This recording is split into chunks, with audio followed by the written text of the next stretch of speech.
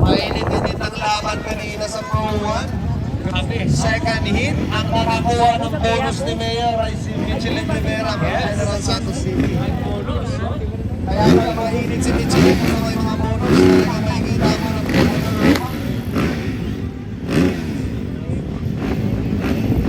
Yan ang maganda dito sa Pasig, no? You already have a cash prize for the category, but pag gusto ni Mayor magpo-bonus, talaga mag-iiba ang ambience, mag-iiba ang init ng karera. Lahat gusto manalo because you still have a chance to get a bonus prize. Diba, ang Pasig?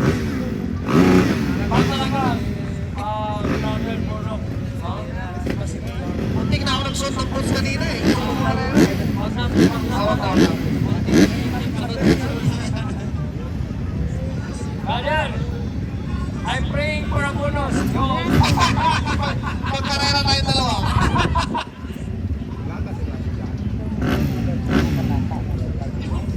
Alright, so lining up now is the pro pit. Okay, time up to racing, final hit. So we have Tommy Solo, Galera Vilan, Ted Conde, Arnila Clean, and Tata Coordination. And we have Kenneth Valvieta. So ito na. These riders, brother, these riders are the best of the best in the Philippines.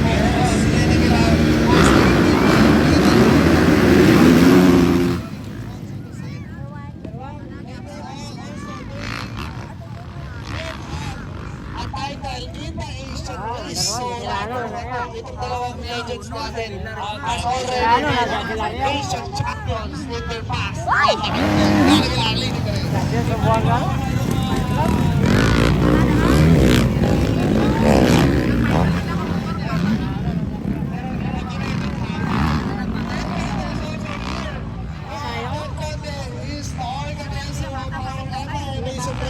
Back in 2023 when I was racing there with Joel Evans. And he is also a former Shell Yamaha rider.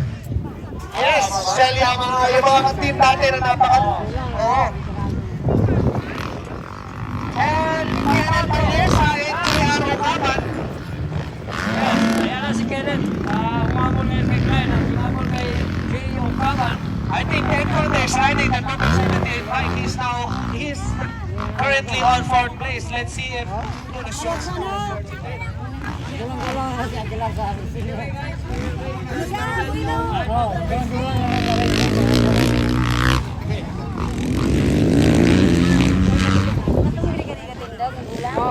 Action! Starting it! This moment, guys, is very unique in Philippine motorsport.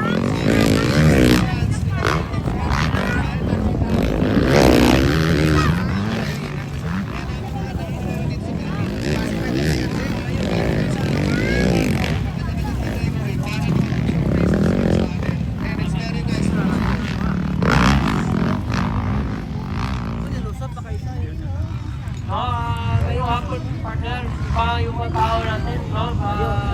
Puno-puno po yung race track. Thank you, Pasig City. I know that this is not only Pasig City is watching. Ang dami tayong mga bisita ngayon na nanood ng ating National Invitational Motocross. Maraming salamat po sa inyo.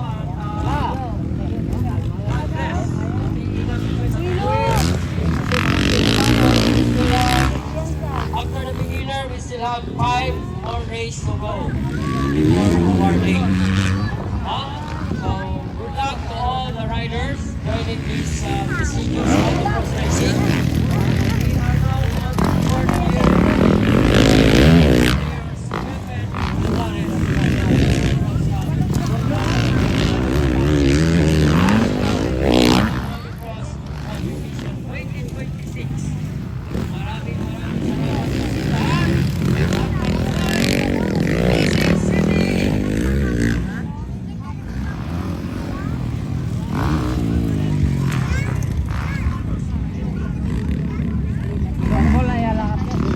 Kung makikita mo yung mga linya ni Glenn Aguilar, Glenn Aguilar is showcasing the optimum line in the track. Yung mga pro riders na nanonood, alam nyo, kanina ko pa sinasabi sa inyo mga linyahan, pero panoorin nyo si Glenn Aguilar para makita nyo kung ano talaga yung optimum racing line dito sa race ng naman.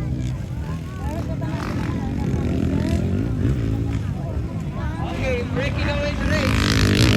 Breaking away lang ngayon si Glenn Aguilar, Gio Cabal, and we have Kenneth.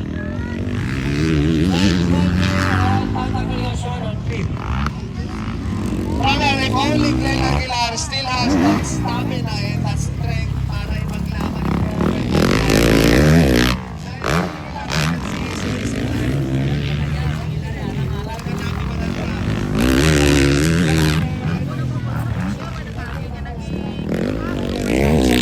saan papunta.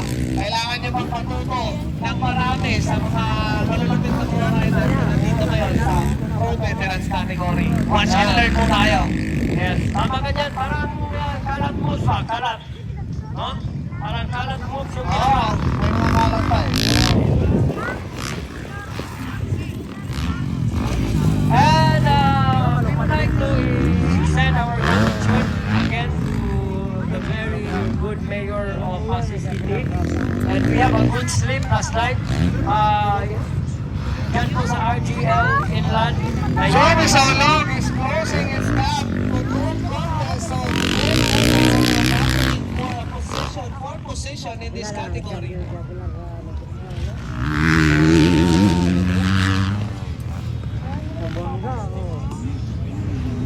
Ay, ay! Ang pagmamasdan niya si Johnny Saulog. Johnny Saulog is never sits down on the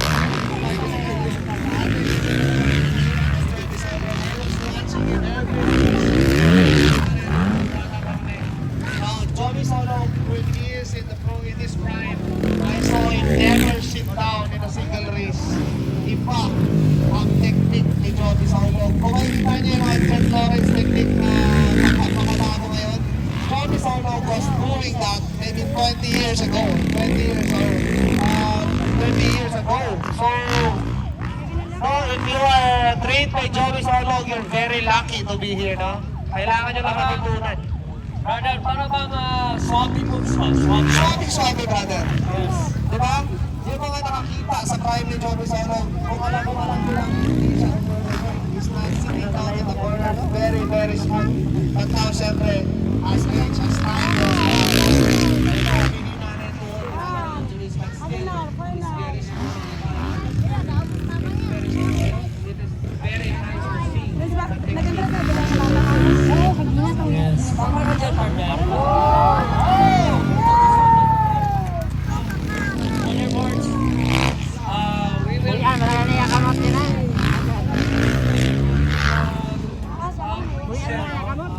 Nice one. Glenn Aguilar, let's go in. Sabi nga nila, brother, kung panahon ng mga legends natin, when I was, kumbaga, prime nila, ako kakapanganak ko pa lang. 1991, 1991. Don't worry,